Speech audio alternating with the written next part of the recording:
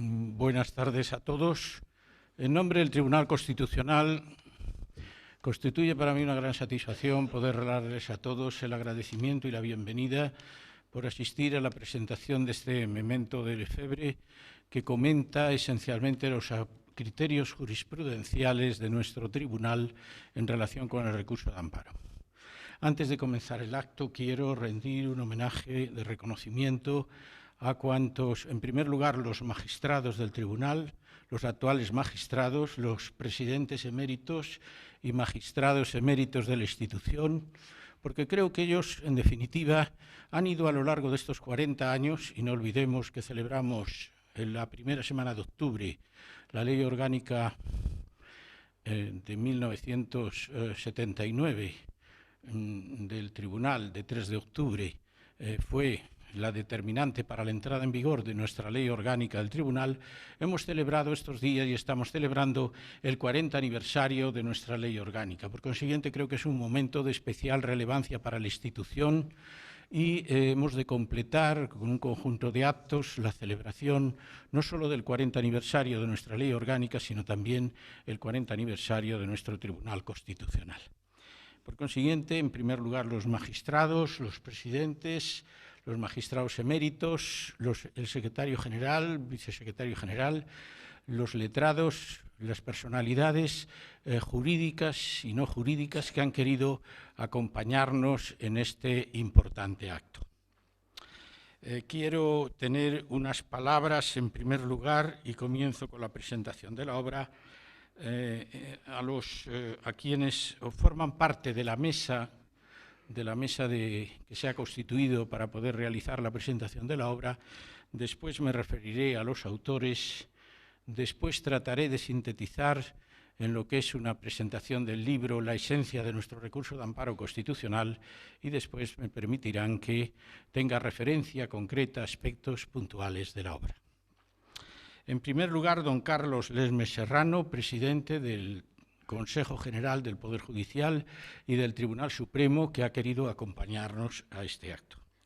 En segundo lugar, como no, a la figura, el núcleo de esta presentación, que es don Manuel Aragón Reyes, magistrado emérito, académico de la Real Academia de Jurisprudencia y Legislación, catedrático de Derecho Constitucional de la Universidad Autónoma, que ha tenido el mérito de coordinar, y ahora tendré unas palabras de especial consideración, a una serie de letrados, exletrados y catedráticos especializados en la materia para realizar la ejecución de la obra.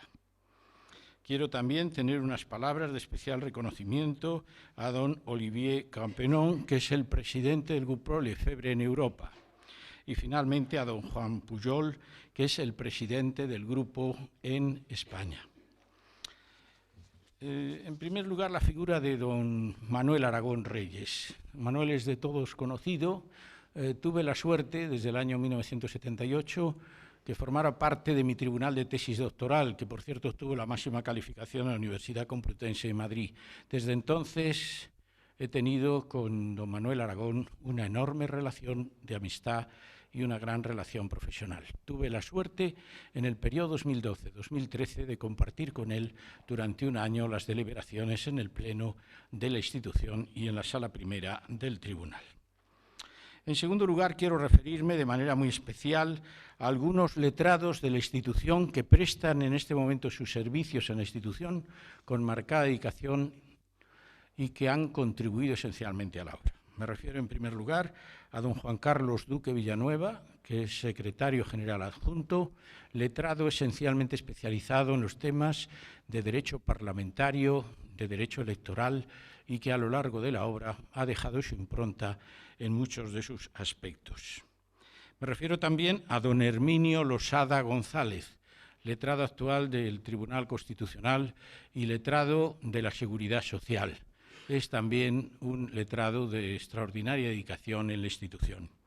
Y, como no, también dedicarme a doña Camino Vidal Fuello, letrada en el Tribunal Constitucional y profesora titular de Derecho Constitucional en la Universidad de Burgos.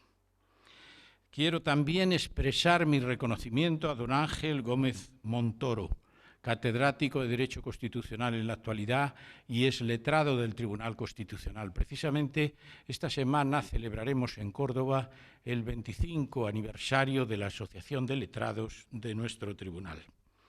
A don Francisco Javier Matía Portillo, catedrático de Derecho Constitucional y es letrado del Tribunal Constitucional. A don César Aguado Renedo, catedrático de Derecho Constitucional y es letrado del Tribunal Constitucional. A don Tomás de la Cuadra Salcedo Janini, en la actualidad director general en el Ministerio de Administración Territorial y Función Pública, profesor titular de Derecho Constitucional en la Universidad Autónoma de Madrid y es letrado del Tribunal Constitucional. Y quiero también tener unas palabras de afecto y reconocimiento a doña Alicia González Alonso, profesora de Derecho Constitucional.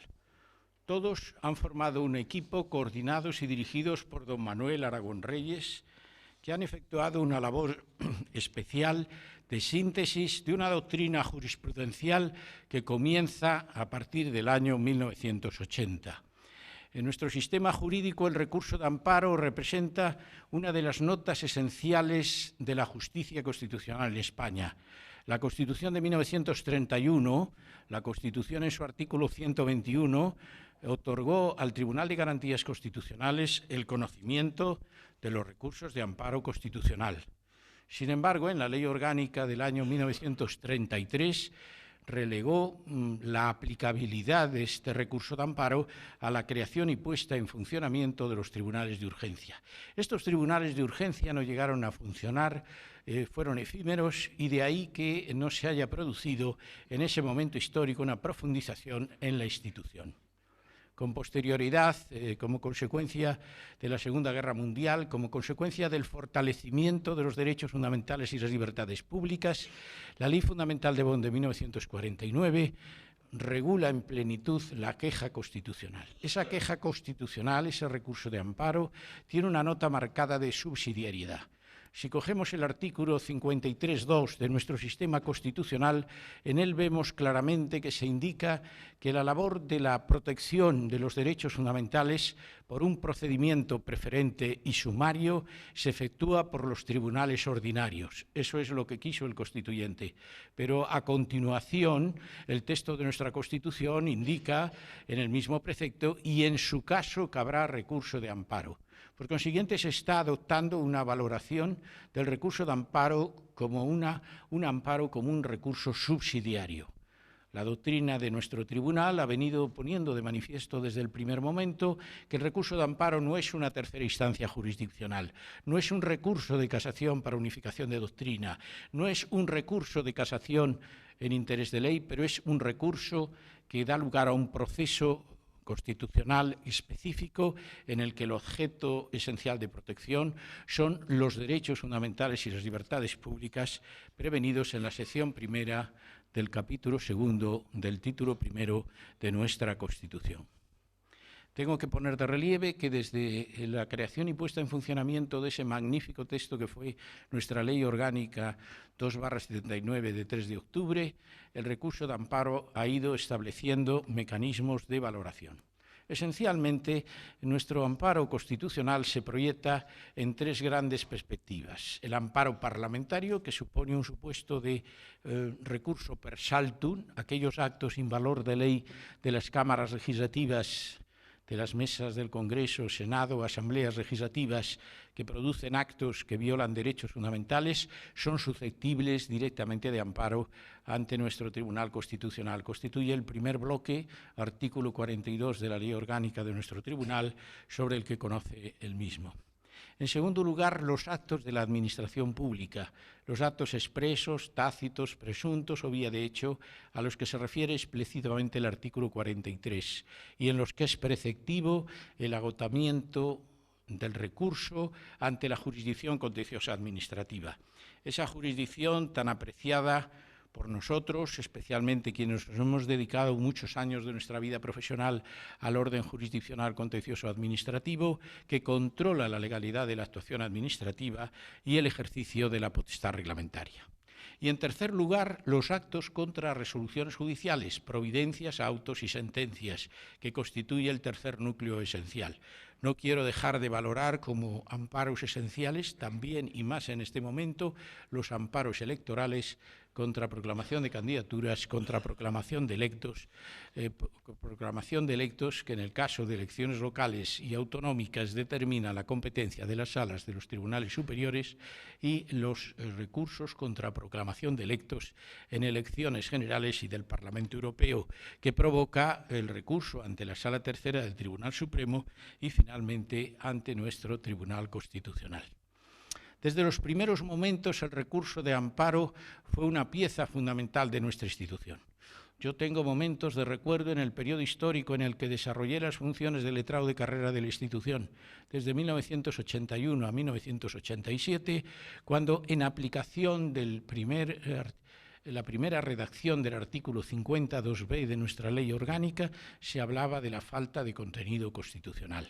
Y esa falta de contenido constitucional determinaba que la admisión o inadmisión, y en este caso último la inadmisión, se efectuara por medio de auto. Por consiguiente, hay una primera etapa en nuestro Tribunal Constitucional. Primero fueron 300 amparos, después fueron 500, después fueron 800, fue incrementándose anualmente el número de recursos de amparo, y en el año 1988 se introdujo una reforma que permitió ya incidir en las inadmisiones a través de providencias sólidamente fundamentadas. Pero me gustaría destacar sobre todo un momento importante de la institución. Hay un periodo, que es el año 2005, 2006, 2007, en donde el incremento tan notorio del número de recursos de amparo distorsiona la funcionalidad de la institución, hace que se centre esencialmente en este gran número de recursos que acceden y provoca, entre otras muchas consideraciones, una singular reforma e importante reforma. La ley orgánica, modificada el 24 de mayo del año 2007, introduce y sustituye esa expresión falta de contenido constitucional por la expresión trascendencia constitucional. El Tribunal Constitucional ha sido, en definitiva, el que, a través de una importante sentencia, la sentencia 155/2009, haya potenciado en 12 apartados los supuestos en los que el recurso claramente tiene trascendencia constitucional, porque se trata de una cuestión nueva, porque se produce una desobediencia expresa o tácita por parte de los órganos judiciales, porque, en definitiva, el recurso tiene trascendencia económica, social, jurídica, y así lo estima el propio tribunal. Por otra parte, la carga de justificación de la trascendencia, la necesidad de poner en conocimiento de la sección, de la sala y del pleno del tribunal, esa importancia es lo que justifica la admisibilidad del recurso. Por consiguiente, estamos ante una reforma sustancial que provoca un paso de una concepción, diríamos, esencialmente subjetiva a una concepción netamente objetiva en la configuración del recurso de amparo. No diríamos que hay un antes y un después, pero sí hay una valoración sustantiva en la legislación positiva y hay una aplicación jurisprudencial que va atemperando el alcance y el contenido de esta importante reforma del año 2007. Por eso, la obra que hoy se presenta, proyectada sobre todo en la aplicación de los criterios jurisprudenciales de nuestro Tribunal Constitucional, centrados especialmente en la interpretación y aplicación de este proceso de amparo, puesto que la obra no se refiere a otros contenidos competenciales ni del Pleno, recursos de inconstitucionalidad, cuestiones, conflictos de atribuciones o conflictos entre el Estado y las comunidades autónomas, sino que se centra específicamente en la institución del amparo, es un instrumento fundamental y permite, de ese análisis del caso concreto, poder ir extrayendo principios de ordenación en el sistema del amparo. Yo creo que la obra que hoy se presenta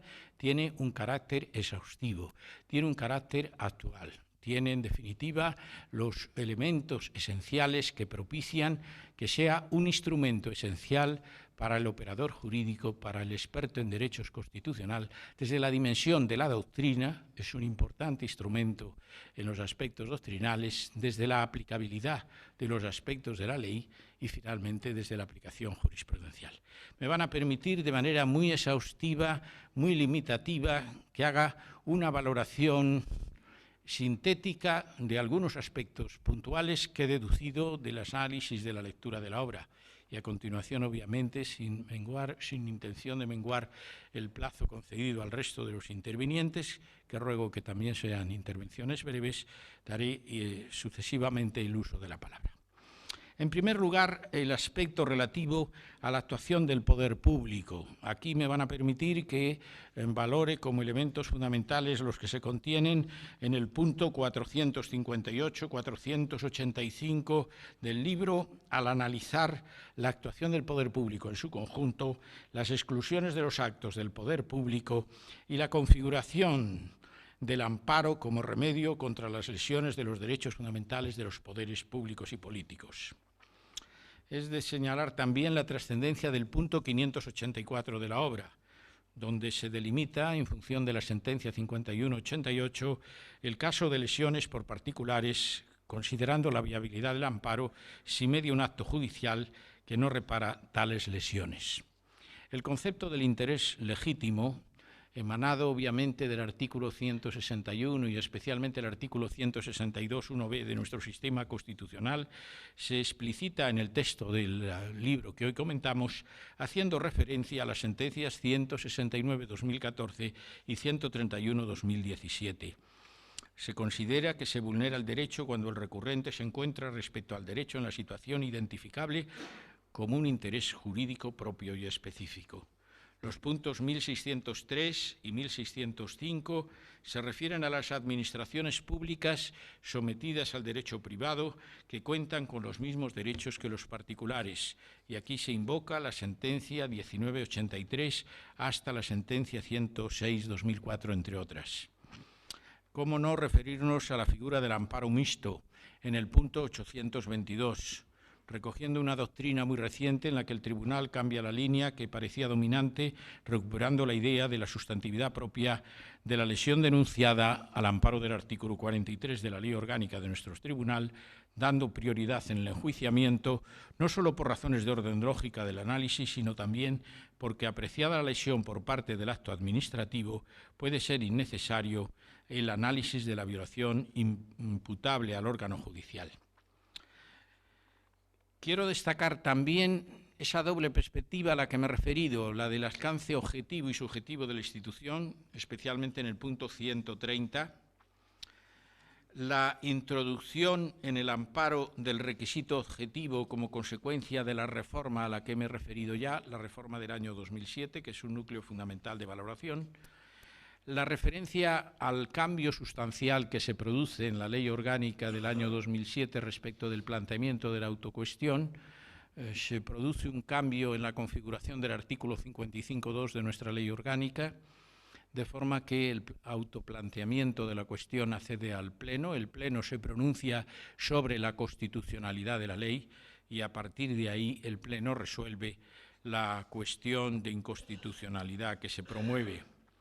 Quiero también referirme, como no, a otros aspectos básicos de nuestra regulación normativa, un concepto amplio del contraamparo como elemento fundamental de valoración, el amparo en el que es parte el Ministerio Fiscal, obviamente, en el punto 610, que se diferencia del contraamparo y es distinto cuando el Ministerio Fiscal recurre en amparo no invocando derechos propios, sino denunciando la errónea conclusión a la que llegan los órganos judiciales ordinarios por un incorrecto entendimiento del alcance de los derechos fundamentales.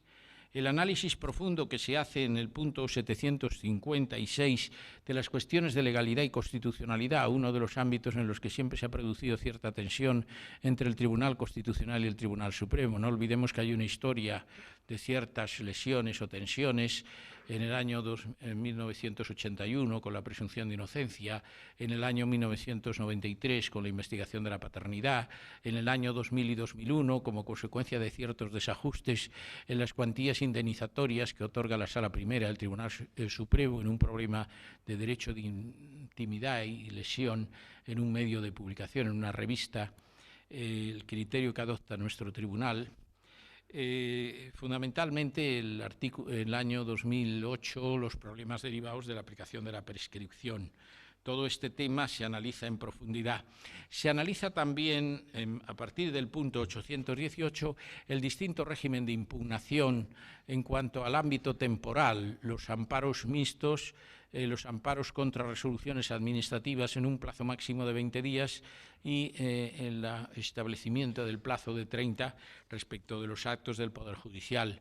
Una cuestión tan relevante como el incidente de nulidad de actuaciones en el punto 834, recordando criterios tan recientes como los de la sentencia 101/2018, cómo en definitiva el incidente ha constituido en uno de los seminarios que tuvimos en el Tribunal Supremo, entre el Tribunal Constitucional y el Tribunal Supremo, punto importante de reflexión, el requisito del previo agotamiento de la vía judicial antes de acudir en amparo ante nuestro tribunal y finalmente llamando la atención sobre últimas consideraciones la resolución 37/2019 por parte del Pleno del Tribunal Constitucional imponiendo a la sección tercera de la Sala Tercera la obligatoriedad de plantear cuestión prejudicial ante el Tribunal de Justicia de la Unión Europea y defendiendo el carácter de interpretación auténtica del principio de primacía del derecho de la Unión cuando existe una interpretación efectuada por dicho tribunal. Son, por consiguiente, muchas de las reflexiones que en manera muy sintética y limitada he tratado de reflejar en este importante trabajo científico.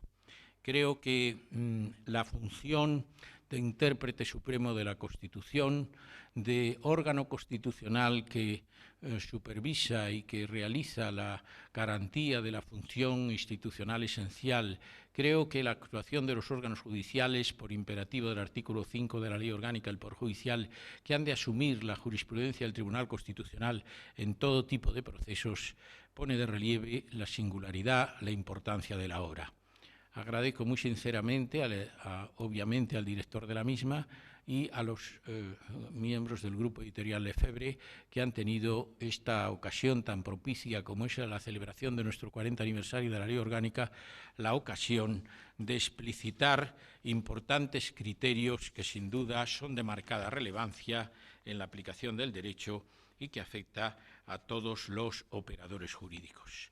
Sin más, quiero, en definitiva, propiciar la continuidad del acto, dando la palabra en este momento a don Juan Pujol Jaén, presidente de la editorial Lefebvre en España. Cuando quieras, Juan.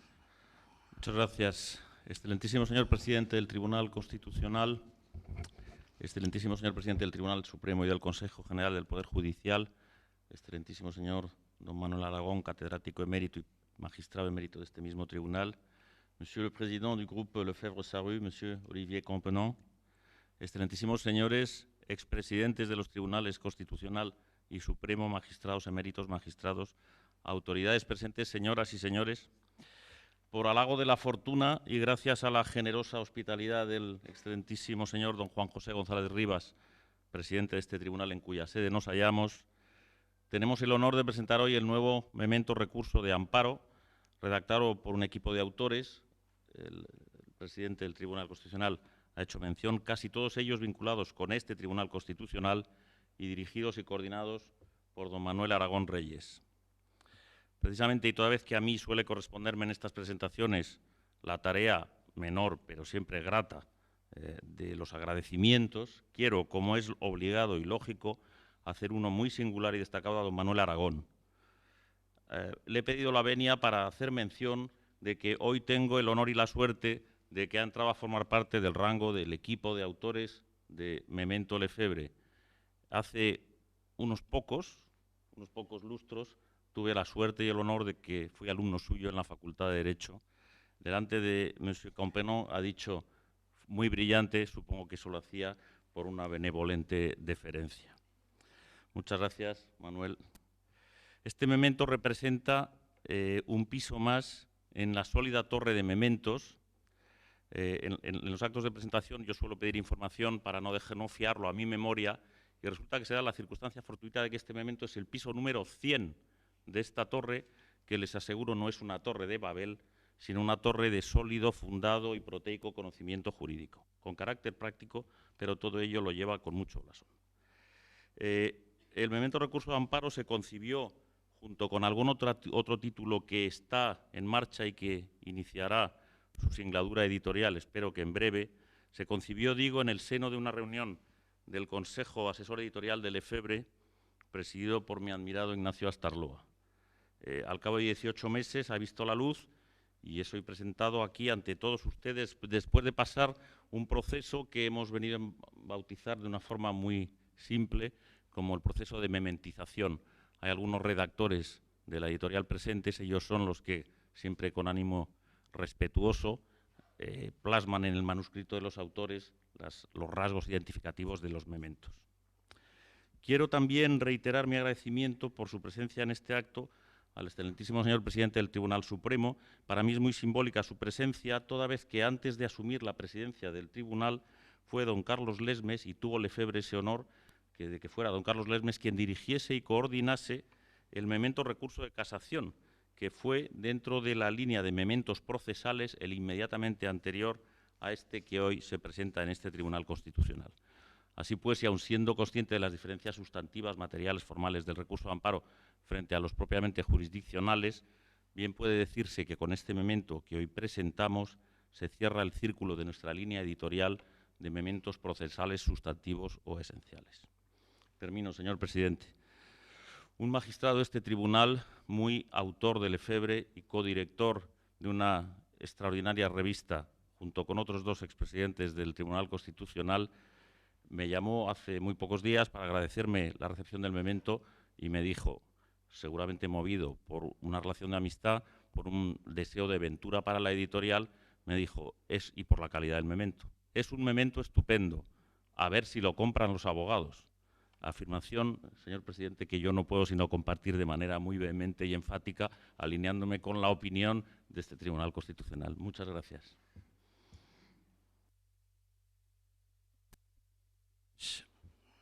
Tiene la palabra don Olivier Capenon, presidente del grupo editorial francés Lefebvre Charroux. Gracias. Excusez-moi, no hablo español, mais un poquito francés. Donc je vais parler en français si vous me le permettez. Votre Excellence, Monsieur le Président de la Cour constitutionnelle, Votre Excellence, Monsieur le Président de la Cour suprême espagnole, Votre Excellence, Maître Manuel Aragon, Messieurs et Mesdames les Présidents, Mesdames et Messieurs, je suis évidemment très honoré de me retrouver aujourd'hui devant vous, ici, dans cette Cour constitutionnelle, qui évidemment représente vraiment la voûte du système démocratique et du droit espagnol. Et puis je suis évidemment très fier de participer et d'être présent pour le lancement de ce nouveau memento. C'est toujours un événement, quel que soit le pays dans lequel nous lançons un nouveau memento, c'est toujours un événement qui est important pour nous.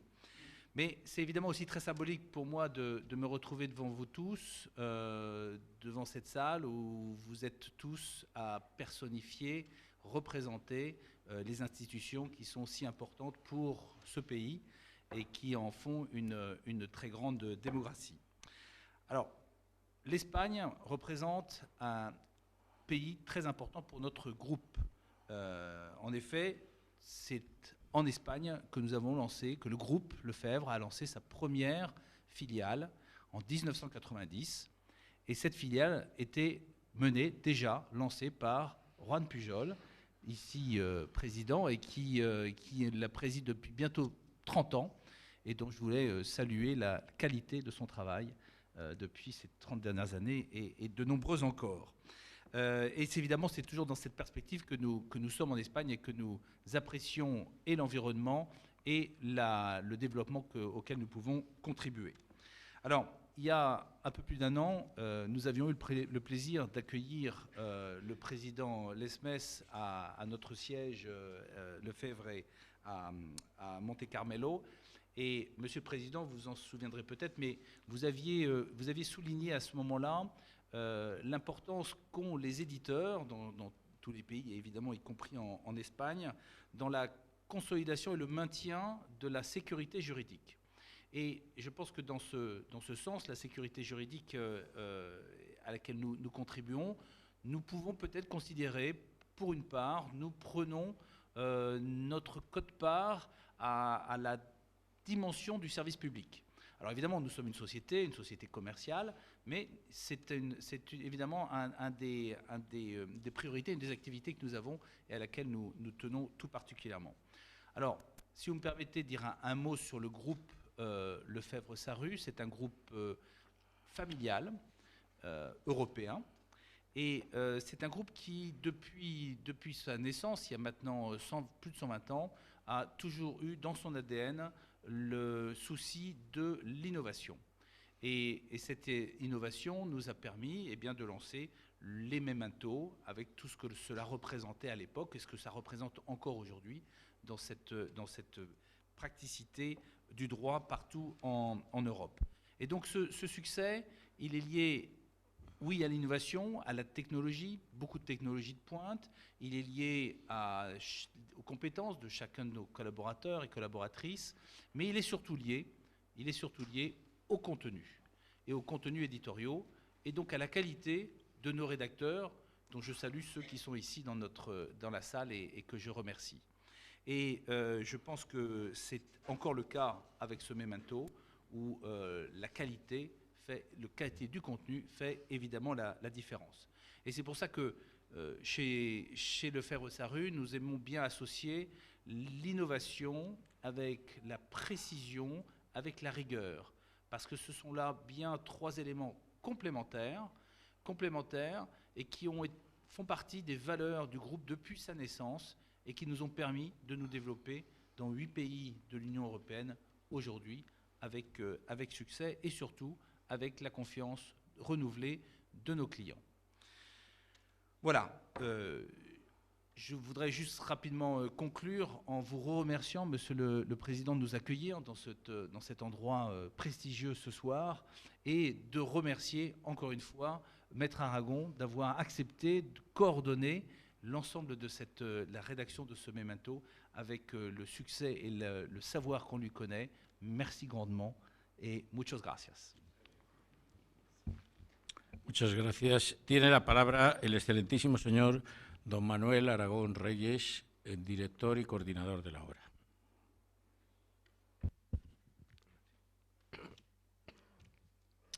Excelentísimo señor presidente del Tribunal Constitucional, excelentísimo señor presidente del Consejo General del Poder Judicial y del Tribunal Supremo, señor presidente global del Grupo Lefebvre, señor presidente de Lefebvre España, excelentísimos señores magistrados, presidentes eméritos, presidenta emérita, magistrados eméritos,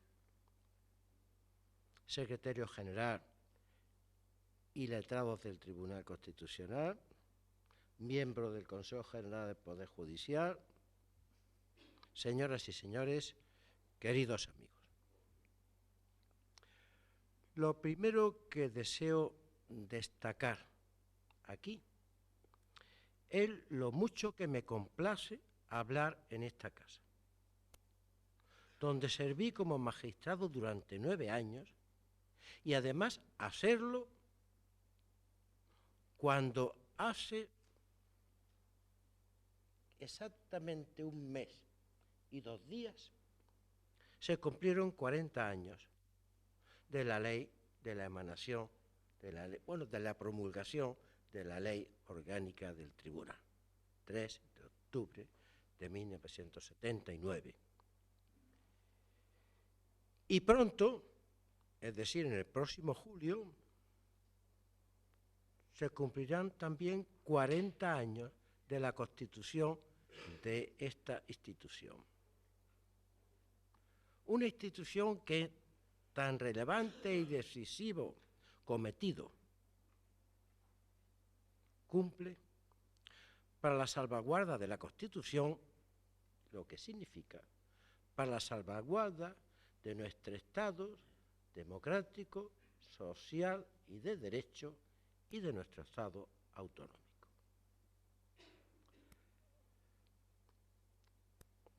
La Ley Orgánica del Tribunal, que además alrededor de la celebración de sus 40 años hemos tenido la suerte de que salga a la luz el memento y se celebre este acto en el tribunal, fue una espléndida ley en su texto originario de 1979. Después ha sufrido, a lo largo de los años, determinadas reformas, algunas no muy afortunadas. Quizá la menos afortunada, la que tuvo por objeto el acortamiento del mandato de los magistrados, a mi juicio, de muy dudosa constitucionalidad. Pero no puedo decir eso de la reforma de 2007, en la parte relativa al amparo. Creo que eso vino a mejorar, a mi juicio, esta ley orgánica que hoy sigue sirviendo muy bien al tribunal para realizar su cometido. Yo me siento muy vinculado al tribunal.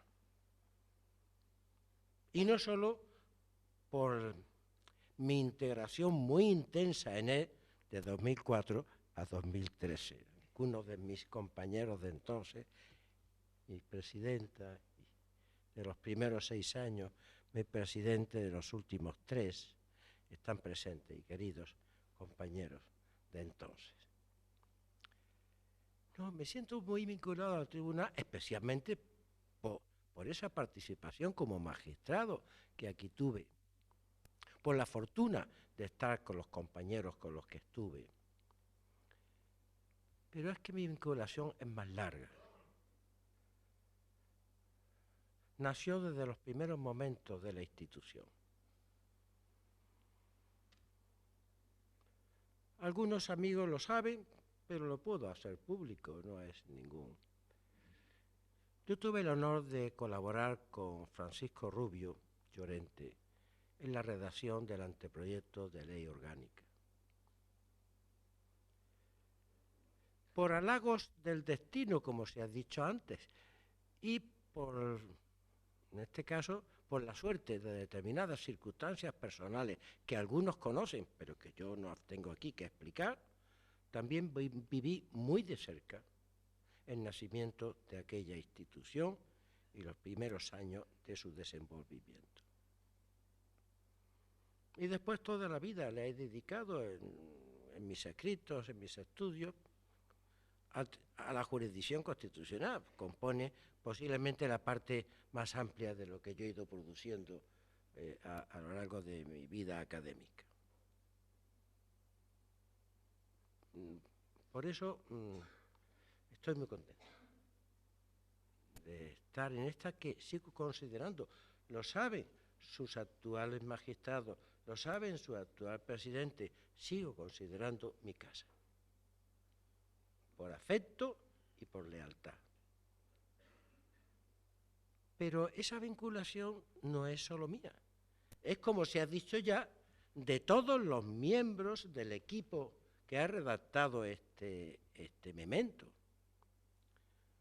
Ya se han citado catedráticos, profesores titulares, todos ahora han sido letrados o son letrados del tribunal, entre esos 2 no son catedráticos ni profesores titulares, pero tienen tanta o más valía que cualquier otra distinción de tipo académico, como son Juan Carlos Duque y como es Herminio Losada, que se cuentan entre los 2 mejores, entre los más considerados, arraigados, letrados de esta casa.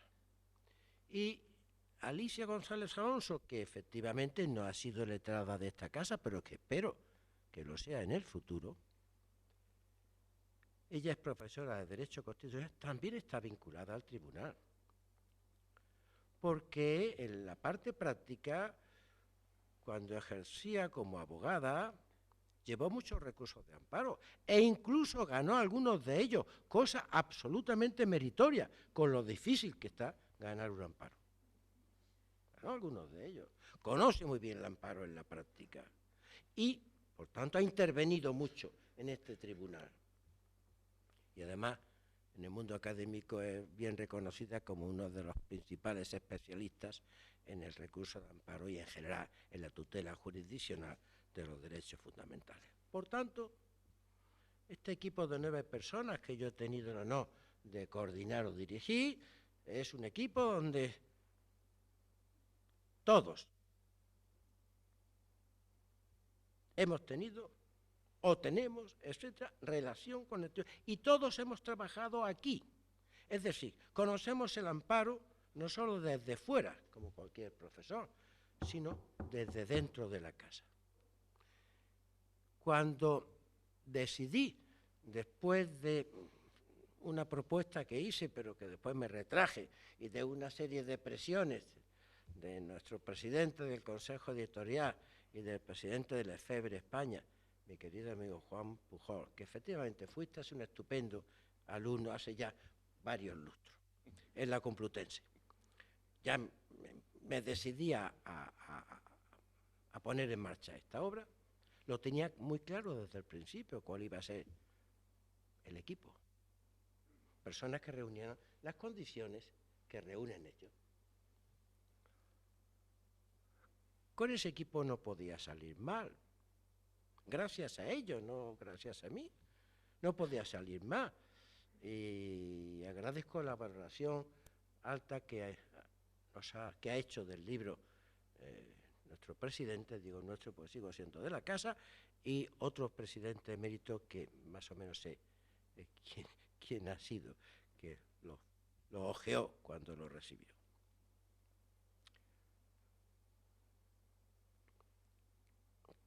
Yo no voy a hablarles del contenido concreto de partes del memento, porque además me ha ahorrado esa función el señor presidente, que se ha referido ya a aspectos concretos del memento. Yo voy a hablarles en poco tiempo, porque lo debo emplear mucho, de las características generales de este libro. Un libro que tiene 510 páginas y 8.140 entradas. Aparte de un estupendo índice analítico y de un anejo útil, entre otras cosas, con modelos de demandas de amparo. Las características son, primero, la autoría colectiva. Es cierto que eso no tendría que decirlo tratándose de un memento. Los mementos de Lefebvre se caracterizan por ello. Pero es que en este caso, no sé los demás, pero en este la autoría colectiva es absolutamente real. Una vez que decidimos el repertorio de problemas a tratar y nos repartimos el trabajo para redactar cada uno su parte, el trabajo de cada uno lo hemos visto todos, ha circulado por todos. Todos han hecho sugerencias, todos han hecho observaciones y al final no cabe atribuir en realidad la autoría de las partes a cada uno de ellos. No cabe, que no lo hagan formalmente los mementos, pero en este caso no cabría. Todo el memento es de todos nosotros. Tiene un autor colectivo, los 9 que hemos intervenido en él. La segunda característica es la finalidad práctica. ¿Cierto? Todos los mementos, pues se llaman memento práctico de Lefebvre, están destinados sobre todo a la práctica. Pero yo quiero concretar un poco más qué sentido tiene eso en este memento. La finalidad práctica significa que está dirigido a profesionales del derecho que puedan actuar en el recurso de amparo. A los abogados principalmente, pero también a los letrados, permitidme que diga esto, pero creo que puede ser útil, pero también a los letrados y magistrados del tribunal que han de participar en la tramitación y resolución de los recursos. Y también a jueces y tribunales que en la vía judicial ordinaria pueden ser decisivos para la suerte del amparo, dado el carácter subsidiario, que se ha referido el presidente, que salvo en los amparos electorales, el recurso de amparo tiene. Muy importante que los jueces conozcan bien el recurso de amparo, porque a veces nos llegan amparos que podrían haber sido remediados en la vía judicial previa.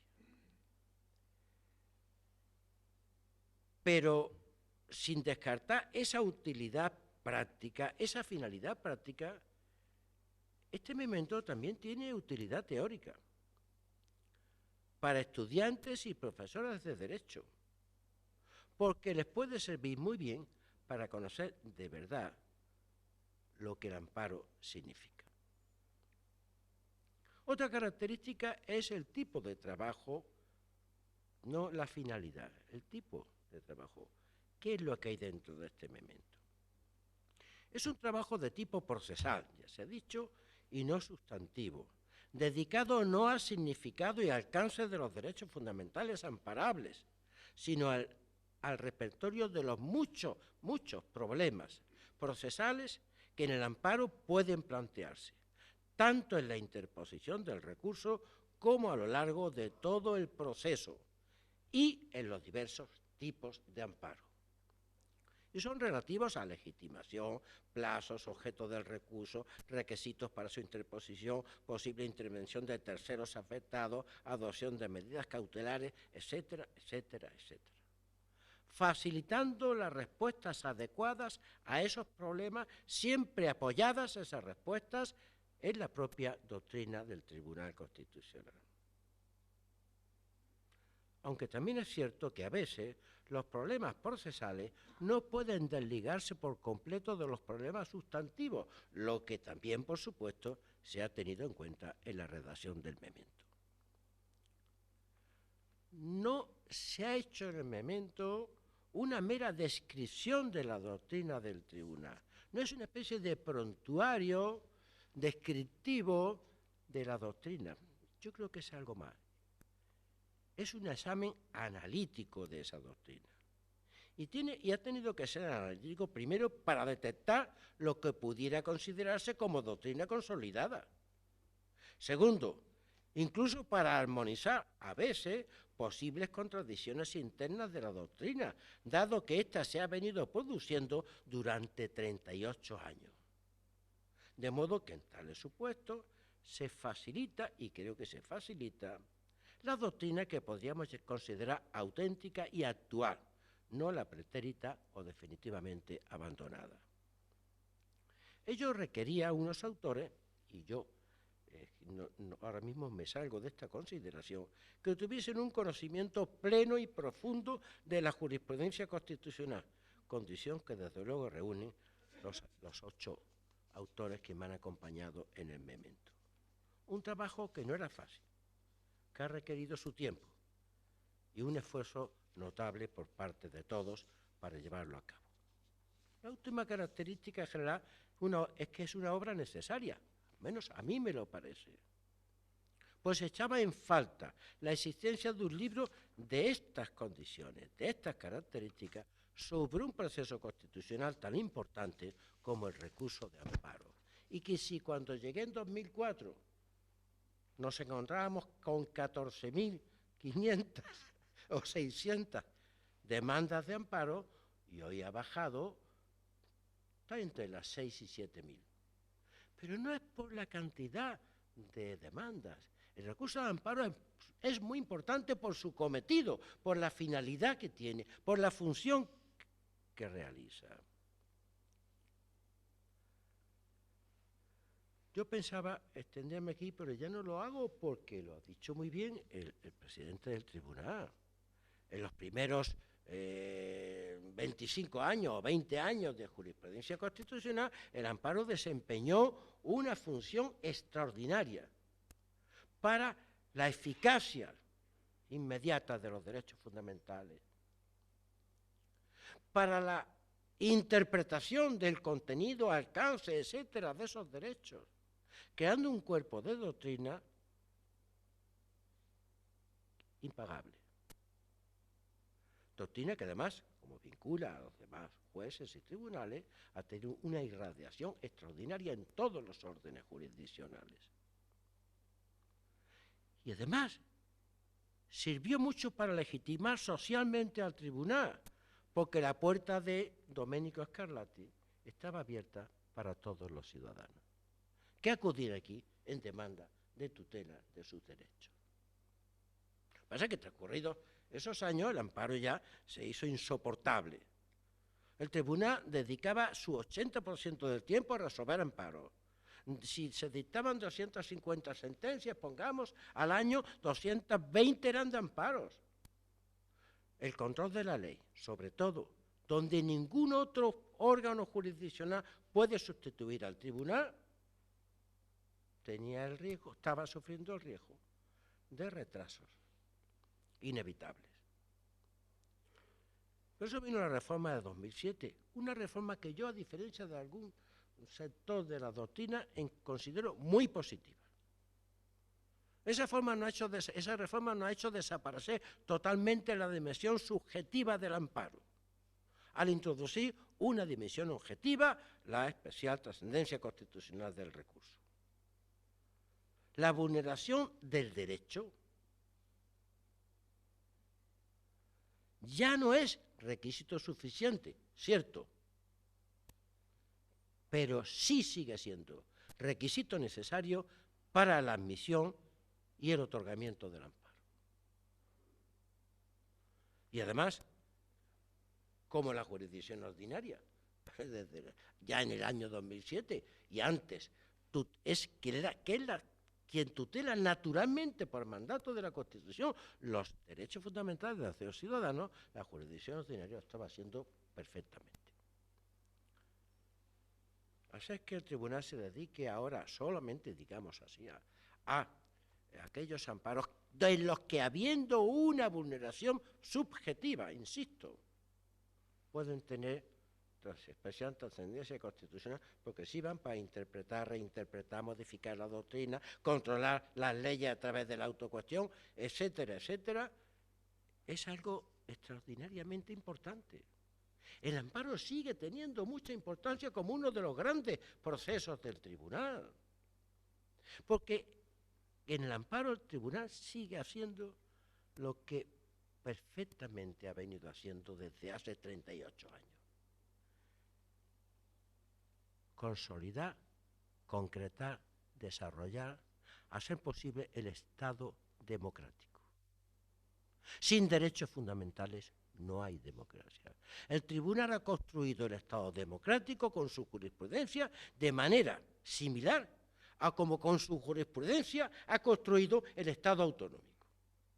Sin la actuación del tribunal en un ámbito y en el otro, nuestro Estado democrático no sería lo que es, ni nuestro Estado autonómico hubiera podido funcionar. Lo que pasa es que la suerte, ya voy terminando, del amparo reformado a partir de 2007, dependerá de su correcta administración por los demandantes y por el Tribunal Constitucional. Y quiero decirle que con modestia, pues no somos presuntuosos los autores de este libro, pero también con profunda convicción, lo que hemos pretendido con este libro es contribuir, ayudar a esa correcta administración del amparo. Me queda ya el capítulo de agradecimiento.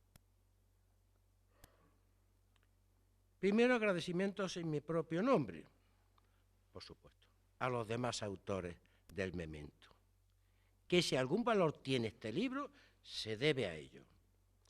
Dada su reconocida cualificación para elaborar este trabajo, dirigirles y coordinarles ha sido una tarea muy fácil para mí. De verdad, ha sido el mejor equipo que yo hubiera podido desear.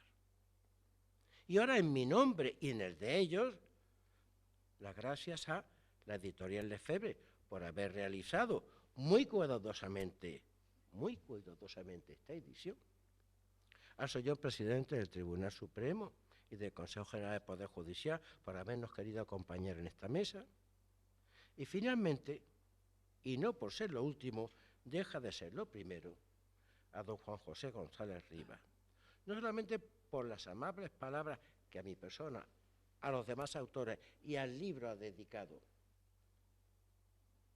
y no solo también por nuestra vieja amistad, que también se remonta a la Complutense, sino por habernos acogido aquí, en esta casa, para presentar el libro, en la sede del tribunal, y por habernos honrado con su intervención estupenda y con su presidencia de este acto. Y por supuesto, a todos ustedes, estimado público, por habernos acompañado esta tarde. He terminado.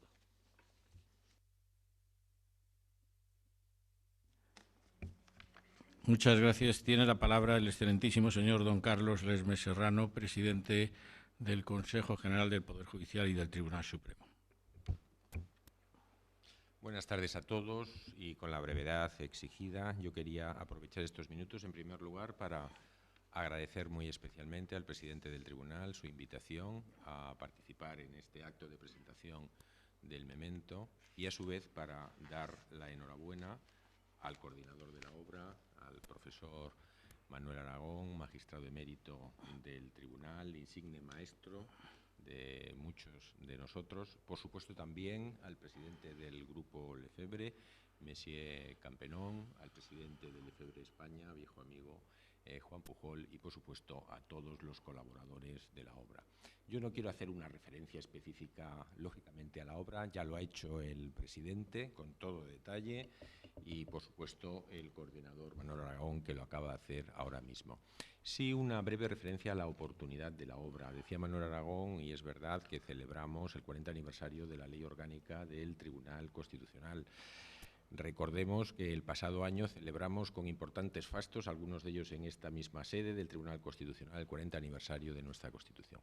Nuestra Constitución no estableció de forma imperativa que el Tribunal Constitucional conociera del recurso de amparo. Como todos sabemos, utiliza la expresión en su caso, conocerá del recurso de amparo. Es la Ley Orgánica del 79 la que hace ya una opción del legislador orgánico y atribuye bien al Tribunal Constitucional el conocimiento del recurso de amparo, además con exclusividad y con una gran amplitud en ese momento inicial, momento originario, momento creador, nuestra ley orgánica del Tribunal Constitucional.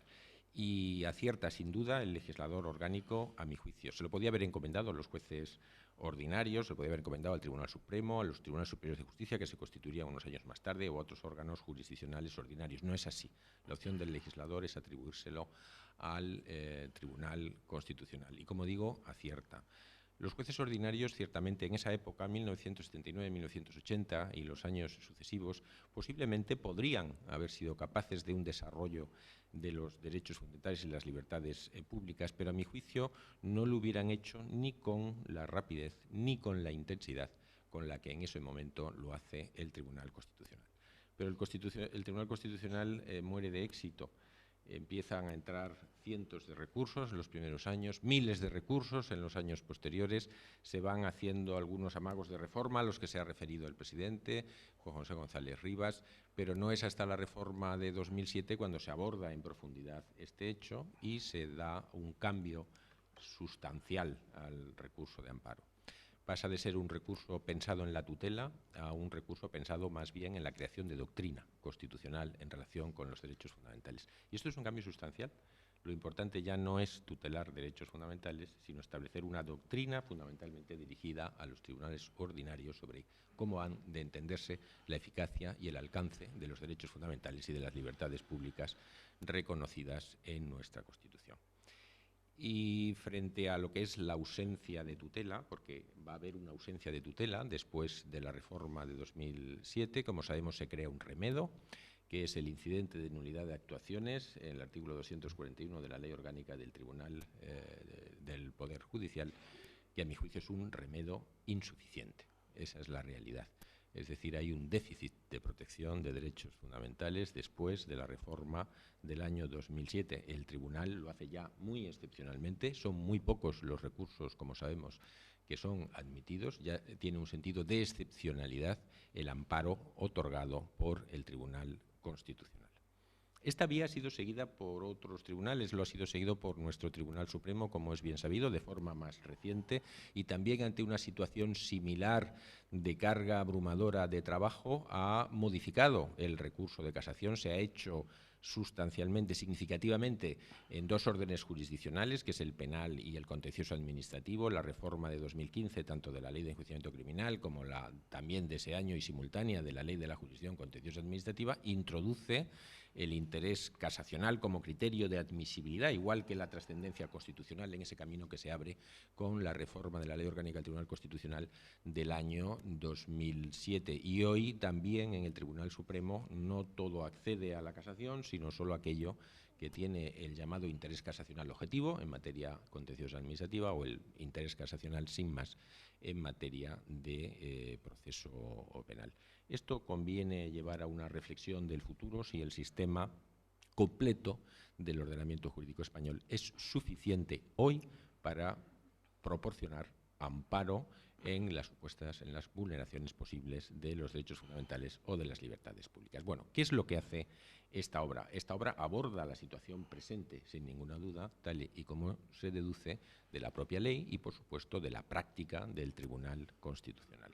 Como bien decía Juan Pujol, yo tengo una pequeña experiencia en lo que es la elaboración de los mementos y para el que no lo conozca se refería a ello el presidente del Grupo Lefebvre. Hay un aspecto singular, que es la innovación que aporta la propia editorial.